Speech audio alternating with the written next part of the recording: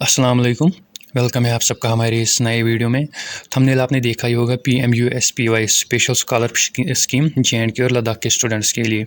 क्या है ये PMUSPY, कौन स्टूडेंट एलिजिबल है, कितनी स्कॉलरशिप मिलती है। वीडियो को पूरा एंड तक देखना, आपको सारे स्टेप्स बताएंगे, सारे जो कन्फ्यूजन है वो आपको क्लियर करेंगे, सारी इन्फॉर्मेशन आपको PMUSPY के रिगार्डिंग देंगे। सबसे पहले अगर हम देखेंगे क्या है ये PMUSPY। PM++ आप सभी स्टूडेंट्स जानते ही होंगे PM++। अगर नहीं जानते हैं तो इस वीडियो को एंड तक देखना, आपको सारी डिटेल्स इसके रिगार्डिंग इसी वीडियो में देंगे। ये जो PMUSPY है ये PM++ का दूसरा नाम है, जो कि पिछले साल इसका दिया गया था। ये पॉइंट आपका क्लियर है क्या है PMUSPY। अब हम देखेंगे कि PM++ या PMUSPY क्या होता है। PM++ एक ऐसी स्कॉलरशिप है जो सिर्फ़ और सिर्फ JNK और लद्दाख के स्टूडेंट्स को दी जा रही है। उन स्टूडेंट्स को जो अपना ग्रेजुएशन यानी कि अंडर ग्रेजुएटेड कोर्सेज करना चाहते हैं लेकिन उनके पास उतनी इनकम नहीं है, तो गवर्नमेंट उनको उनके जो ये हायर एजुकेशन यानी कि अंडर ग्रेजुएटेड कोर्सेज हैं, कौन कौन इसके अंडर ग्रेजुएटेड कोर्स आता है वो भी आपको इसी वीडियो में बताएंगे। आगे बताएंगे कौन कौन इसके कंप्लीट कर सकते हैं। इसमें आपका एकेडमिक फ़ी यानी कि कॉलेज फ़ी भी गवर्नमेंट पे करता है, आपका हॉस्टल फ़ी भी गवर्नमेंट ही पे करता है, ट्रांसपोर्ट यानी कि आने जाने का खर्चा वो भी आपको गवर्नमेंट ही पे करता है। साथ में आपको पर ईयर 1 लाख रुपये आपके अकाउंट में आता है, वो अलग से है। कॉलेज फ़ी आपको अलग से गवर्नमेंट खुद पे करता है, और बाकी जो अकाउंट में आपका 1 लाख रुपये आता है पर ईयर, तो वो अलग से आता है, वो खुद के लिए आपको है। तो अब हम देखेंगे कि एलिजिबिलिटी क्राइटेरिया क्या रहेंगी। यहाँ तक आपके सारे कन्फ्यूजन क्लियर हुए कि PM++ क्या है। अब हम देखेंगे कि कौन स्टूडेंट एलिजिबल है।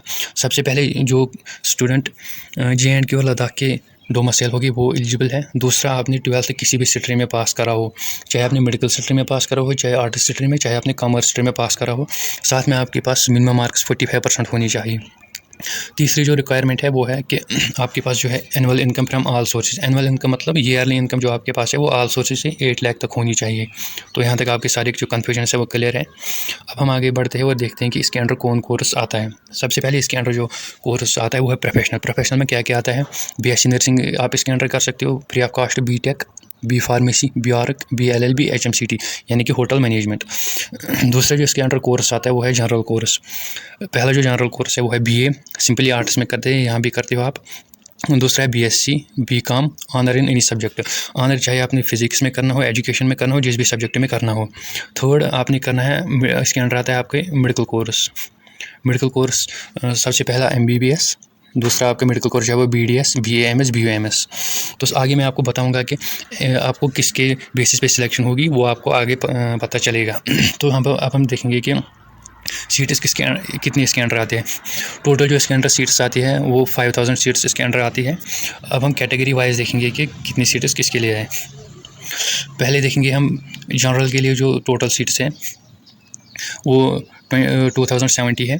प्रोफेशनल कोर्सेज़ के लिए 2830, और मेडिकल कोर्सेज यानी कि MBBS, BDS, BUMS, इन कोर्सेज़ के लिए आपकी जो है 100 सीट्स टोटल रहेगी।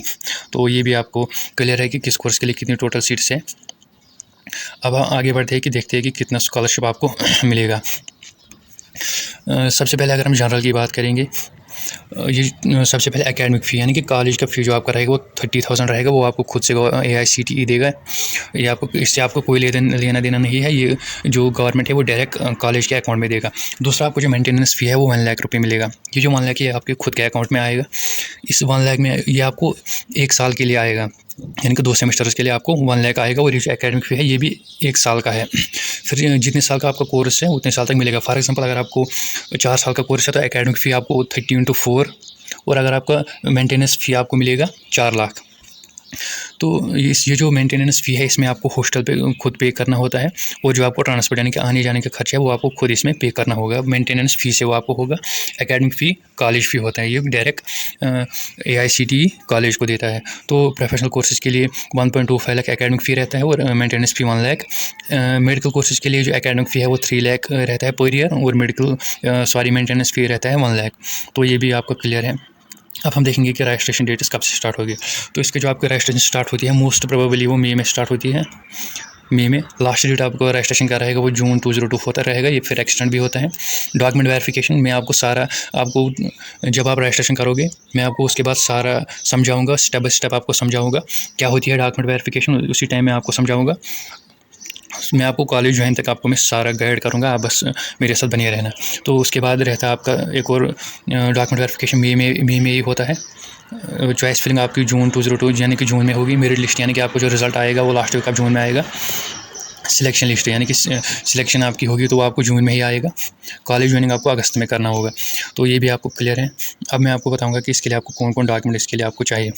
सबसे आपको अपना फ़ोटोग्राफ, आपका पापा और मम्मी का फ़ोटोग्राफ, ये क्लियर है। दूसरा आपका सिग्नेचर, थर्ड आपका आधार कार्ड, इनकम, उसके बाद domicile certificate, DOB certificate, sorry DOB, जो कि आपको स्कूल लेवल पे मिलती है, जहाँ से आपने 10th पास करा है वहीं से आपको मिलती है। अगर आपने नहीं लिया तो ला के रखना है। Another one 10th class marks card, ये भी आपके पास होगा ही। बैंक पासबुक, ये आपका खुद का अकाउंट होना चाहिए, इसमें आपकी स्कॉलरशिप आएगी। और इसमें एक और पॉइंट कि आपके जो बैंक है वो आपके नाम पर होना चाहिए। और दूसरा कि इसमें आपका जो आधार है वो इसके साथ लिंक होना चाहिए। और अनदर जो है वो है डोमिसाइल सर्टिफिकेट, डोमिसाइल भी आपके पास है, अगर नहीं है तो बना के रखना। एक और मैं यहाँ पर आपको डॉक्यूमेंट बताऊंगा, वो है माइग्रेशन सर्टिफिकेट। माइग्रेशन जो कि आपको बोर्ड ऑफिस से मिलती है, जहाँ से आपने 12th पास कर रखा हो उस डिस्ट्रिक्ट का जो बोर्ड ऑफिस है वहीं पे आपको माइग्रेशन सर्टिफिकेट मिलेगी। अगर आपने नहीं लिया है तो ला के रखना। ये आपको उस टाइम पे नहीं ज़रूरत होती है जब आप रजिस्ट्रेशन करोगे, जब आप कॉलेज ज्वाइनिंग करोगे उस टाइम पे आपको माइग्रेशन सर्टिफिकेट ज़रूरत होती है। ये आपको बोर्ड ऑफिस से मिलेगा और वहाँ इसमें आपको 500 के अराउंड फ़ी भी होगा जो आपको बैंक पे करना पड़ेगा। तो यहाँ तक आपकी सारी जो कन्फ्यूजन है वो क्लियर है। अब मैं आपको बताऊंगा कि सिलेक्शन आप किस पे होगी। सिलेक्शन जो इसमें होती है वो सिर्फ 12th मेरिट पे ही होती है। 12th में आपके जितने मार्क्स हैं उन्हीं मार्क्स पे जो आपकी जो है वो सिलेक्शन होगी। Medical courses, except medical courses, इनमें क्या करना पड़ता है आपको। मेडिकल कोर्सेज में सबसे पहले आपने नीट को क्वालिफाई करना पड़ता है, यानी कि नीट में आपकी सिलेक्शन होनी चाहिए। उसके बाद जो है वो आपको AICT यानी कि PMWS आपको स्कॉलरशिप देगा। इसमें आपको पहले नीट एग्ज़ाम क्लियर करना पड़ेगा, वहाँ में नीट में आपने सिलेक्ट होना पड़ेगा, फिर आपको बाद में जो है वो PMWS स्कॉलरशिप देगा।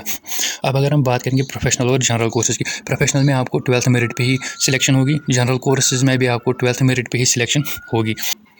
तो ये थे PMWS जिसके मैंने सारी डिटेल्स आपको बताई। फर्दर भी अगर आपके कुछ डाउट्स रहते हैं आप मुझे कमेंट बॉक्स में पूछ सकते हो। आप मेरे चैनल को सब्सक्राइब करके रखना, मैं आपको सारी डिटेल्स दूंगा, फॉर्म सबमिशन से लेकर कॉलेज ज्वाइनिंग तक आपको सारा, मैं आपको स्टेप बाय स्टेप आपको सारा गाइड करूँगा। बस आपको चैनल को सब्सक्राइब करके रखना है ताकि इंपॉर्टेंट अपडेट्स आपको टाइम टू टाइम मिलते रहेंगे। मिलता है किसी अगली वीडियो में, तब तक के लिए अल्लाह हाफिज़।